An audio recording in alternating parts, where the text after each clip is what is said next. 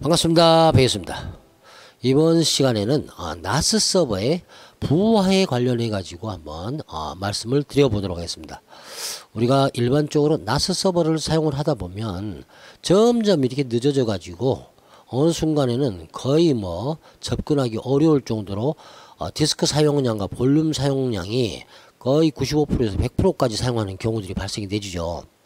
저도 그런 경우들을 겪었고, 아마 나스 서버를 사용하시는 분들이 한다면 또 그런 경우를 겪고 계시는 분들이 계실 겁니다. 그래서 제가 그거를 어느 정도 이렇게 안정화 시켰던 그런 경험들에 대한 것들을 겸사 말씀을 드리고, 그렇게 하다 보니까 이 부하를 안 해야 쓰겠다 이런 생각이 들더라고요.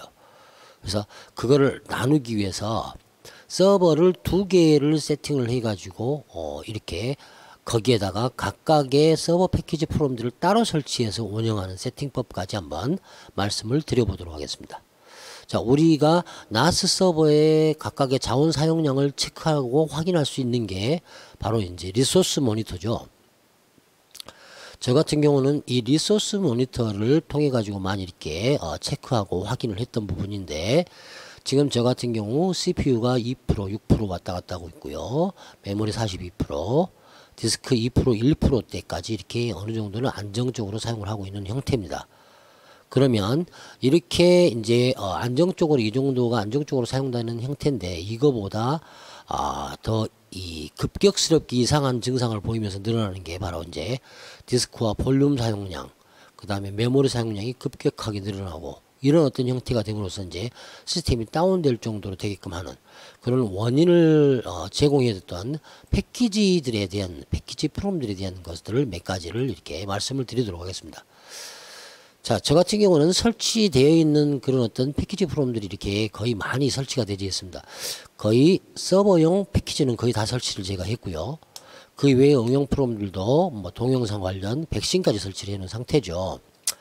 그 중에서 메모리 자원을 제일 많이 사용하는 거는 비디오 스테이션이죠. 왜냐하면 여기에 트랜스코딩 부분 때문에. 그래서 메모리 자원을 많이 사용하는 패키지는 비디오 스테이션이 있고요. 또한 제가 이제 안티바이러스를 깔아놨더니 이 녀석도 한 700메가 정도를 소유를 하는 형태가 되더라고요. 그래서 안티바이러스도 마찬가지 메모리 자원 사용을 많이 하더라고요. 그리고 메모리뿐만 아니라 디스크 사용량까지 급격스럽게 증가시켜버리는 그런 어떤 역할을 했던 게 이 모멘트랍니다. 모멘트. 이 사진 관리 프로그램인데, 이 녀석도 한꺼번에 사진을 업로드 한다든지 또는 이 색인 과정에 들어간다든지 이렇게 되면 디스크하고 볼륨의 사용량을 급격하게 이렇게 늘려버리는, 증가돼 가지고 서버 속도를 저하시키는 그런 원인을 또 이렇게 제공을 하더라고요. 그리고 또 한 가지 시놀로지 드라이브 서버 있죠. 이 드라이브 서버는 이제 클라우드하고 연결되어 있는 상태잖아요. 우리가 대부분 클라우드로 노트북이나 자기 PC하고 지금 현재 시놀로지 서버하고 클라우딩 해가지고 내 데이터가 변경된 게 있으면 바로 자동적으로 업로드가 돼가지고 저장되게끔, 이런 경우에 하드디스크 드라이브하고 PC 하드디스크 드라이브하고 이 나스 서버하고 연결돼서 데이터가 많은 양이 이렇게 이동할 때, 그럴 때도 마찬가지 디스크와 볼륨의 사용량을 많이 이렇게 잡아먹습니다. 그리고 메일 서버도 마찬가지 메모리와 볼륨 디스크 사용량을 좀 많이 이렇게 잡아먹는 경우가 발생이 되더라고요. 얘는 메일을 주고받고 하는 부분보다도 로그 파일이 계속 점차적으로 쌓이면서 그런 경우들이 발생되더라고요. 그리고 또 그리고 또 이제 웹스테이션 부분이 있는데, 웹스테이션은 이 자체만으로 메모리를 많이 사용하는 것보다는 웹스테이션하고 연동되지는 지금 데이터베이스 서버 마리아DB5와 마리아DB10, 그 다음에 거기와 연결되어진 PHP 이 언어 그죠. 이거하고 이렇게 요 녀석들이 이 데이터베이스 서버에 데이터가 막 읽고 쓰고 하는 도중이나 또는 PHP로 세팅되어 있는 템플릿형 홈페이지에 게시판에 막 이런 어떤 글들이 막 이렇게 갑작스럽게 늘어난다든지 이런 경우도 마찬가지로 디스크와 메모리의 볼륨량을 갑작스럽게 증가를 시켜버리더라고요. 저 같은 경우는 어떤 경우가 있었냐면 제로보드 XE를 설치를 해가지고 거기다 게시판들도 만들어 놓고 제 홈페이지를 만들었는데, 제 게시판을 제가 권한 설정을 할 때 기본 데폴트 값으로 놔두다 보니까 아예 모든 사용자가 접근이 가능하게끔 놔뒀고, 그 다음에 모든 사용자가 댓글도 쓸 수 있게끔 막 이렇게 해놔 버렸더라고요, 제가. 그러다 보니까 그 게시판에 막 글을 올려주는 로봇 엔진들이 있죠. 얘들이 막 날마다 사정없이 글을 올려버린 거예요. 막 몇천 개씩 올라가 있는 형태가 발생돼 가지고, 그러다 보니까 결과적으로는 이제 서버가 그냥 부하가 엄청나게 걸려서 디스크 볼륨 둘 다 사용량이 뭐 90%대까지 육박하는 경우로 늦어지는 경우들이 발생되는 경우까지 제가 봤습니다. 그래서 그런 부분들을 효과적으로 이렇게 관리하기 위해서는 다음과 같은 패키지 프로그램들이 어떤 패키지 프로그램들이 이렇게 부하를 많이 발생시킨다 하는 것을 좀 저처럼 이렇게 확인을 해 가지고 알고자 하는 분들이 계실 것 같아서 지금 한번 그 패키지들에 대해서 한 가지 이렇게 집어서 말씀을 드려봤습니다. 그래서 요 녀석들을 잘 효율적으로 관리를 하게 되면 다음과 같이 제 리소스 모니터에 나온 것처럼 안정적으로, 좀 더 안정적으로 서버를 사용할 수 있는 형태가 되더라, 이렇게 말씀을 드리고 싶고요. 이거는 이제 어떻게 보면 서버 사용이 좀 고사양인 분들은 이렇게 다 이렇게 설치해 가지고 사용해도 괜찮죠. 근데 제가 저사양을 사용하는 분들한테 이런 부분들이 적용이 되지니까 이런 패키지 프로그램들을 때때로 그죠? 잘 이렇게 유효적절하게 맞춰가지고 사용하는 형태가 꼭 필요하더라. 요거는 이제 소프트웨어적인 부분이었고요. 저는 이제 그러다 보니까 부하가 너무 이렇게 발생될 때 좀 짜증 나잖아요. 그래서 제가 서버를 아예 하나를 더 세팅을 해야 쓰겠다라는 생각이 들었고, 여기 바탕 화면에 제가 지금 보여드리는 건 제 나스 서버를 보여드리고 있죠. 시놀로지 나스 장비고요. 지금 6.22 DSM 버전을 이렇게 세팅해 가지고 이 서버를 운영을 하고 있고, 일전 영상에서 제가 해놀로지 서버 세팅하는 부분에 대한 걸 한번 말씀을 드린 적이 있죠. 그래서 이쪽 브라우저로 가서 보게 되면 여기는 해놀로지 PC 서버입니다. 그렇죠. 해놀로지 PC 서버 6.17 버전으로 제 지금 현재 노트북에다 탑재를 해 놓은 겁니다. 노트북에. 그래서 이 노트북에다가 제가 이제 서버용 패키지 프로그램들을 두 개를 나눠서 이렇게 세팅을 했습니다. 그 중에서 부하를 많이 발생시키는 메일 서버와 DB 서버를 지금 현재 이제 나눠서 설명을 드리도록 할 겁니다. 오늘은 메일 서버까지만 세팅 과정을 설명을 드리고, 두 번째 영상에서 DB 서버도 나눠서 세팅하는 부분을 말씀드려 보도록 하겠습니다.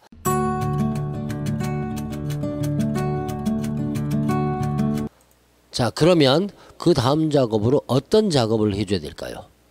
바로 해놀로지 PC 서버의 IP 주소와 그 다음에 시놀로지 나스 서버의 IP 주소가 각각의 다른 그런 어떤 포트를 사용할 수 있게끔, 그렇죠? 포트를 사용할 수 있게끔 포트 포딩 작업을 해줘야 되겠죠. 그래서 제가 제 공유기에 다음과 같이 포트 포딩을 해놨습니다. 자, POP3에서부터 시작해서 IMAP까지는 해놀로지 서버에서 사용하고 있는 4번 IP 주소, 이 IP 주소로 메일에 관련된 모든 포트들을 다 연결을 시켜줬고요. 그리고 기본적인 세팅에 해당하는 DNS 세팅 부분이나 이런 어떤 부분들에 해당하는 거는 제 시놀로지 나스 서버인 11번 IP 주소에서 DNS 관련 포트가 사용되게끔 이렇게 세팅을 포트 포딩을 해서 나눠서 가게끔 이렇게 세팅을 해줬습니다. 바로 이 작업까지 해주면 일단 기본적인 포트 포딩 작업은 완료가 되집니다. DNS 서버 주소의 포트나 그 다음에 메일 서버의 포트나 이런 어떤 부분들은 어느 정도는 알고 계신다고 생각을 합니다. 그래서 그렇게 두 개로 IP 주소에 해당하는 포트들을 나눠서 포딩을 해주면 이제 일반적인 포트 포딩 작업은 완료가 되고요. 그 다음 작업을 해줘야 될 게 뭐냐면, 일단 메일 서버는 해놀로지 나스 서버라고 그랬잖아요. 그러니까 해놀로지 나스 서버에서 포트가 오픈이 되어야 되겠죠. 그렇죠? 해놀로지 나스 서버의 포트가 오픈이 되어야만이 결론적으로 4번 IP를 치고 들어갔었을 때 그쪽에 연결된 메일 서버의 포트들이 열림으로써 거기서 메일 서버가 작동되는 형태가 가능해지니까요. 그렇게 하기 위해서는 또 방화벽 설정에서 해놀로지 PC 서버 쪽에 메일에 관련된 포트들을 오픈을 해줘야 됩니다. 자, 그게 제판에 들어가서 보안 설정에 들어가서 방화벽 들어가가지고 방화벽의 프로파일을 본 다음에 여기 보면 제가 내장된 응용 프로그램 목록에서 방화벽에서 밑에 쭉 내려서 보시면 메일에 관련된 거를 다음과 같이 전체를 다 여기서 방화벽에서 오픈을 해줬습니다. 그죠? 그래서 이거는 해놀로지에서 오픈을 해줘야 되는 형태가 되겠죠. 그죠? 왜? 메일 서버는 해놀로지가 작동이 되는 거고 해놀로지 4번 IP로 딱 들어왔었을 때 메일 서버 포트들이 열려 있어야 되는 거니까요. 굳이 시놀로지는 열어져 있을 필요가 하나도 없는 형태가 됩니다. 자, 그러면 제가 시놀로지 쪽에 들어가서 확인을 해 보도록 할게요. 자, 시놀로지에서는 메일 서버 사용 안 하죠. 사용 안 하니까 제어판에 들어가서 보안 똑같이 들어가 가지고 방화벽 들어가 갖고요. 방화벽 들어가서 프로파일을 열어보고 프로파일을 열어보면 여기에 그죠? 내장형 프로그램에가 메일 서버 관련된 부분들에 대한 것들은 다 체크를 빼놨습니다. 그래서 방화벽이 막아져 있는 상태로 여기는 작동을 안 하게끔 해놨고요. 마찬가지 여기 또 하나 더 있는데 여기도 마찬가지 지금 현재 메일 관련된 것들은 다 체크를 해지해서 사용 안 되게끔 돼 있어 가지고 시놀로지 나스 서버에서는 메일 서버가 아예 작동이 안 되고 해놀로지에서만 메일 서버가 작동되게끔 이렇게 해서 포트까지 오픈을 해놨습니다.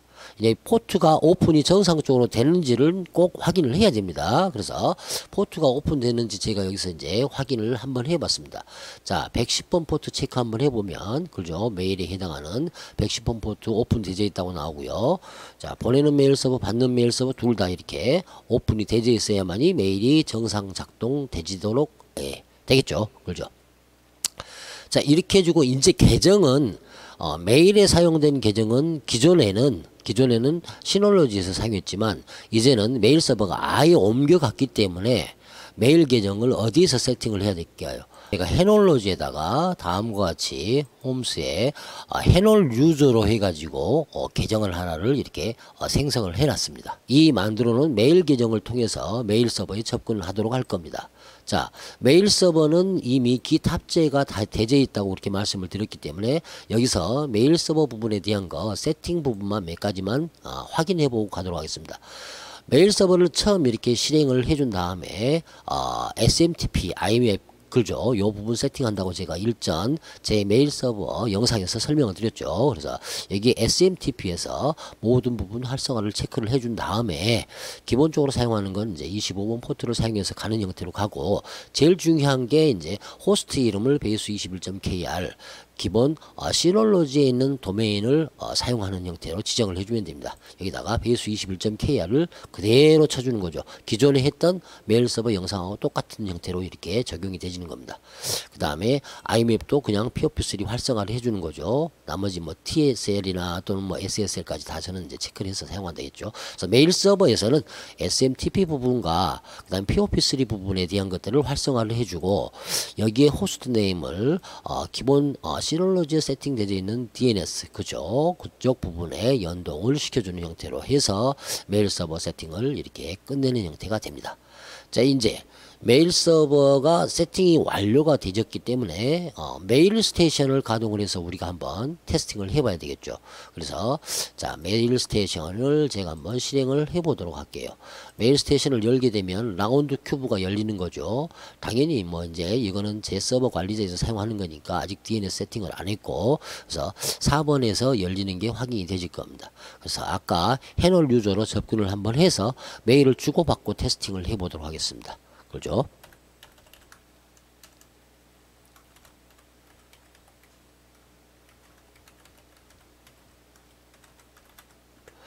자, 이제 해널 유저로 접근이 되진 거를 우리가 확인할 수가 있고, 제가 이 영상을 만들기 전에 메일 테스팅을 한번 해봤습니다.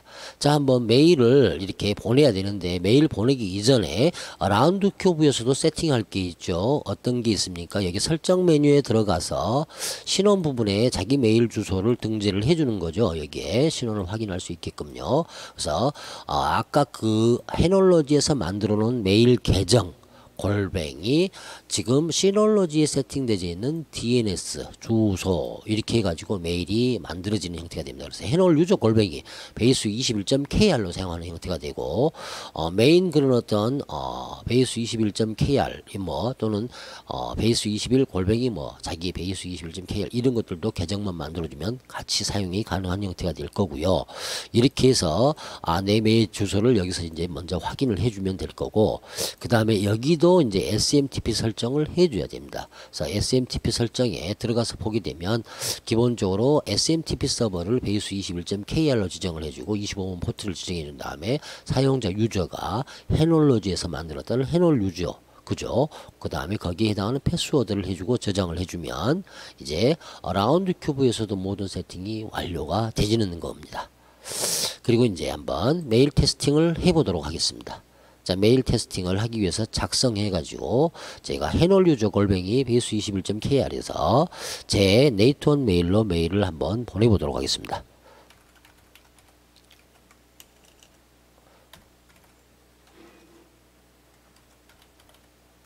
자, 네이트원으로 해놀로지에서 메일을 보내도록 할게요. 해놀로지에서 네이트원으로 메일 테스트 이렇게요.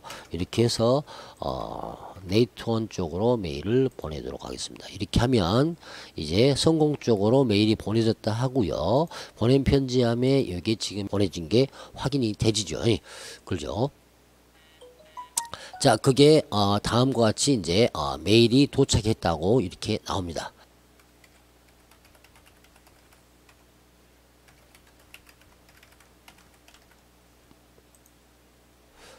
자, 방금 해놀로지에서 네이트원으로 메일 테스트가 해놀로지 유저라는 사람으로 성공적으로 도착된 게 보이시죠? 그리고 이제 이거를 그대로 답장으로 해가지고 다시 제 해놀로지 메일 서버로 다시 보내도록 하겠습니다. 그렇게 되면 여기 아까 4번으로 세팅해놨던 해놀로지 그죠 PC 서버 쪽에 세팅되어 있는 라운드 큐브에서 그죠 네이트원에서 보낸 메일이 이제 도착을 하는 형태가 될 겁니다. 조금 여기 기다리면 금방 또 도착이 되집니다. 한번 기다려 보도록 할게요.